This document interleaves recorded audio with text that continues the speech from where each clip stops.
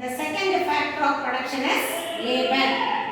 The word labor, immediately what comes in your mind?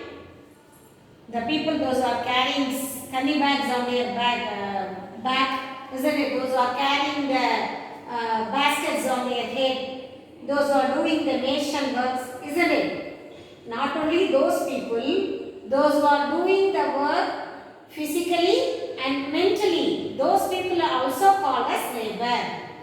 Don't consider the people, those who are doing the physical work are considered as labor. The workers like teachers, lawyers and doctors, those people also called as laborers, but they are doing their work intellectually. Okay, so the word labor is an active factor of production. While we studying about the land, we say that is a passive factor of production, isn't it? So here it is an active factor of production.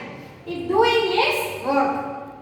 And then, as I said, in the law, common parlance, labor means the workers, isn't it? We used to say the workers and those who are doing the work manually. But in a wider sense in economics, it is not only considered the manual workers or unskilled workers, all the people those who are doing the work manually and also intellectually, all the people are called laborers.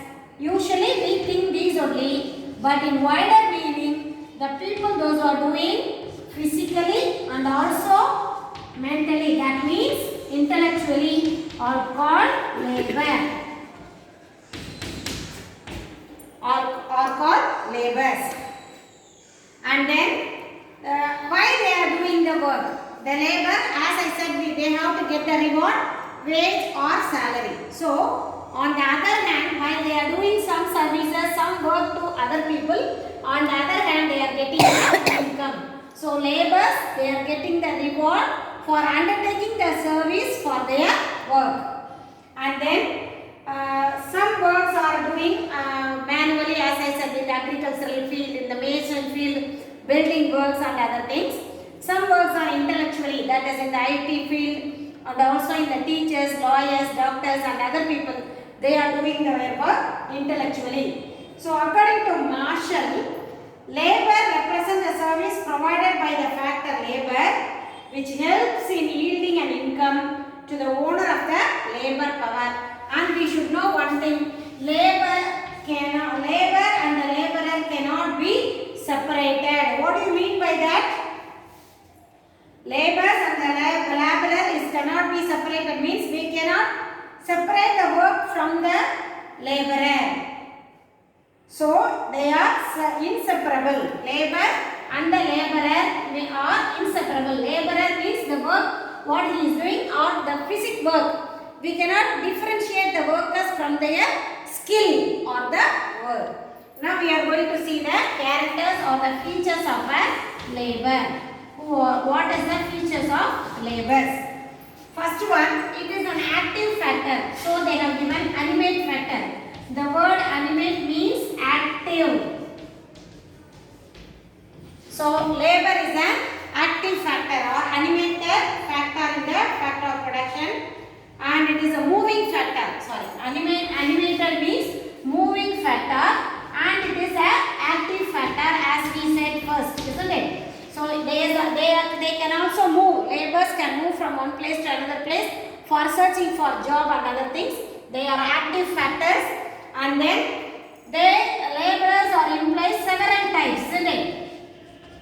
As we said, some laborers are doing the work physically, some of them are doing that intellectually. So the laborers works are differs from manual and also from the intellectual. And they are perishable. What do you mean by perishable? It can be destroyed in some period of time, isn't it? A person, one who is doing the work of teaching job, he will not do the job entire throughout his life, isn't it? At a certain period of time, his work will be over or he will be died. So labor is a perishable one. And then inseparable from the laborer. As I said, labor is inseparable from the laborer. We cannot separate their work and then their skill and the person.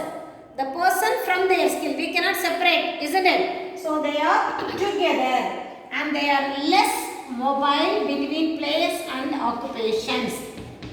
We cannot say all the people will go for different places to search for job, isn't it? Some people, they can move from some distance. For example, if you take government teaching, they cannot go for a long distance. They will move only from the state of Tamil Nadu, isn't it? One who is working in the central government only, he will move up throughout India. One who is doing private job, he can go abroad. So, there is a mobilization, differentiation in the mobilization of labor based on their work and the department. And labor is the means and all of end, isn't it? They are only the starting point and the ending point. How can you say that? When you start the word production, we need laborers, isn't it? Without the laborers, we cannot do the production. So, we need laborers. So, with the help of the laborers, we are doing the production. So, they are employed, they get income. So, the income will go for consumption, isn't it? Distribution will become production. Income will change into production. So, production will be consumed by the labor. Isn't it? Who is consuming the things which is produced by the producers? Only the people. So, the labor is the starting point and also the ending point of a production. He is only producing the goods. He is only going to consume the same good. So, he is the starting and the ending point of a production. And then, labors are also heterogeneous, isn't it? The skill of the laborers is different from one person to another. All the person will not be same in the skill, isn't it? They have different skill. For example, we can see in our school, different teachers we are having, they have different types of teaching methods. Each one is unique in their creativity, in their presentation, in their ideas. So, same way, the laborers are also different in their skill. And the labor supply is determined by its reward, isn't it? What is the reward for the labor? As I said first, it is wage or salary. So, the wage or the salary determines the supply of labor. If the wage of the work is less, the laborers will not will to work, isn't it? They will not ready to work. If the wages is high, they were ready to work. So, the wage is the factor that determines the supply of labor. So, the supply of labor is determined by the wage, isn't it? If the wage is apt, if it is correct or if it is fact justifies, they will go for work. If it is less than their expectation, they will not go for work. So, the wage is the determinant of supply of labor. And the last point is, they have weak bargaining power, isn't it? As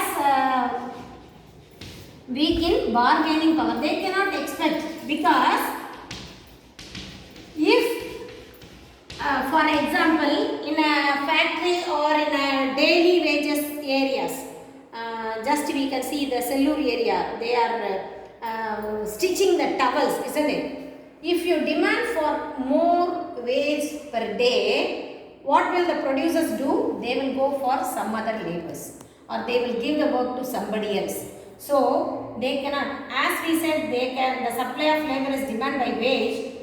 If there is more number of supply is more, they are ready to less their wages. So, they have weak bargaining power. So, these are the characteristics of labor. So, today let me complete this session with this. Tomorrow we will see in the next class we will see the secondary factors, that is capital and entrepreneur. Today we have seen the first two, that is primary sector, land and labors. Thank you, girls.